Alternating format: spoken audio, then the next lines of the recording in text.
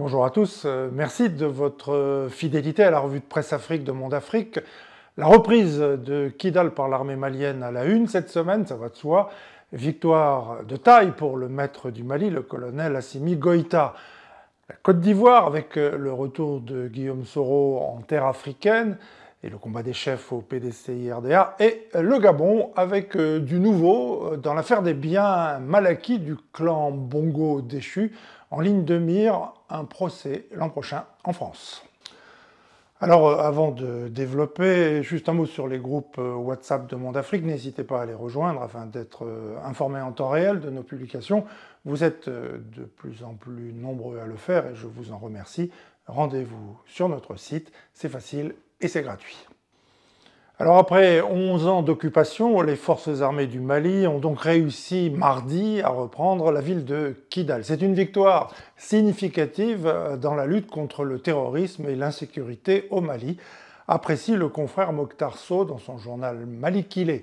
Selon ce quotidien bamakois, la reprise de Kidal témoigne de la croissance impressionnante du potentiel de combat de l'armée malienne, tout en soulignant le nécessaire respect des droits humains à Kidal.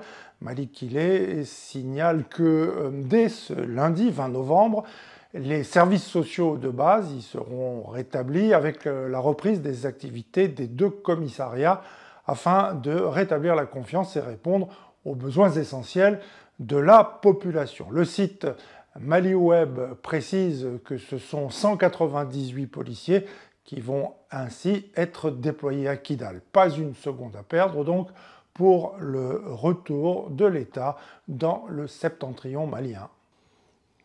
Alors c'est un succès considérable pour la junte malienne, admet au Burkina Faso voisin l'observateur Palga. Mais attention, prévient ce quotidien ouagalais, une chose est de prendre la ville, une autre est de s'y maintenir.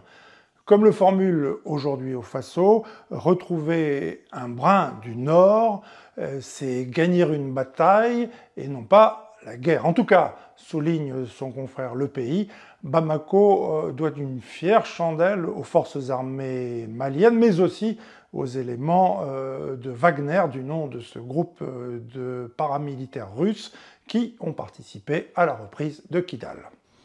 Alors, la presse française, elle, qu'en pense-t-elle? Coup d'œil sur 4 quotidiens, Le Monde, Le Figaro, L'Humanité et L'Opinion.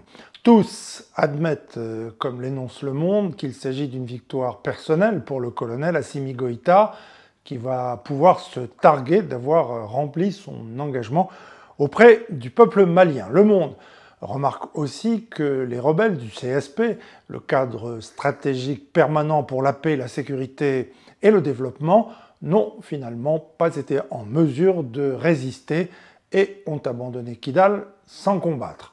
Le Figaro n'écrit guère autre chose, déplorant que les hommes du CSP n'aient pas été en mesure d'opposer une résistance.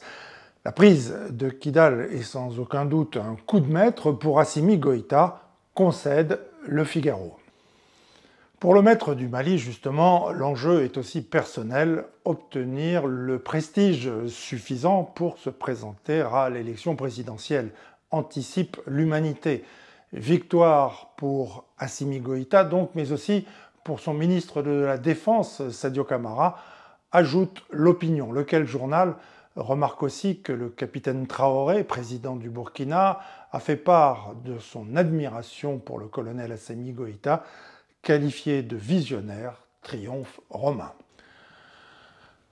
L'ex-premier ministre ivoirien et président de l'Assemblée nationale, Guillaume Soro, a donc posé ses valises à Niamey, au Niger, et à Abidjan, en une.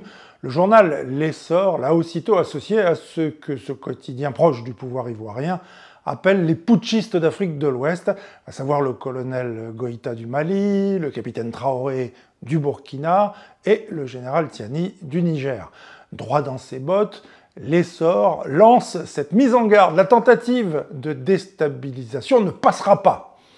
Après un temps de réflexion, le gouvernement ivoirien a fini par réagir et il l'a fait à la télévision française, TV5, où le ministre de l'Intérieur, le général Fagundo Diomandé, dans une succession de réponses plus courtes les unes que les autres, s'est borné à déclarer que le retour de Soro dépendait de lui et que personne ne l'a jamais empêché d'entrer en Côte d'Ivoire.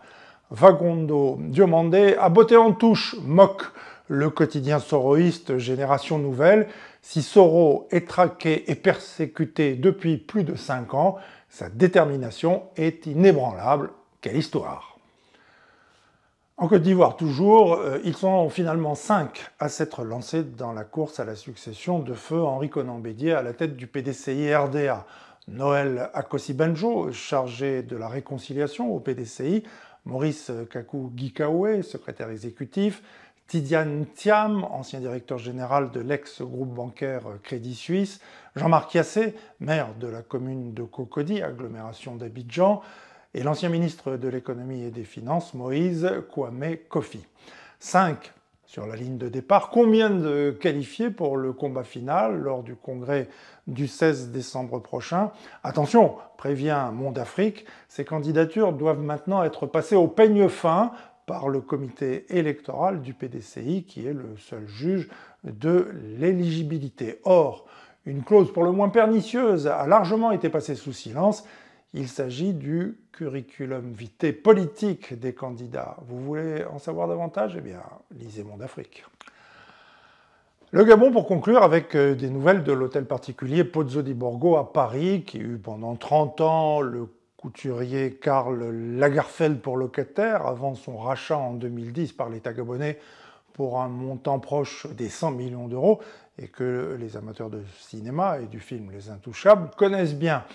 Étant rappelé que le clan Bongo est déjà propriétaire à Paris, mais aussi sur la Côte d'Azur à Nice, d'une trentaine d'adresses, pour la plupart situées dans des quartiers huppés, et que ces biens sont dans le collimateur de la justice française, le magazine M, l'hebdomadaire du journal Le Monde, signale que l'instruction de cette affaire dite des biens mal acquis est proche, et qu'une date d'audience pourrait être décidée début 2024.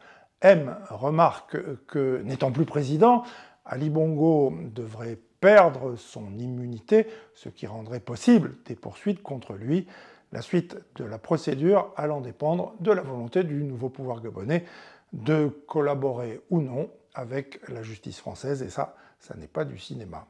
Bonne semaine sur Monde Afrique, évidemment.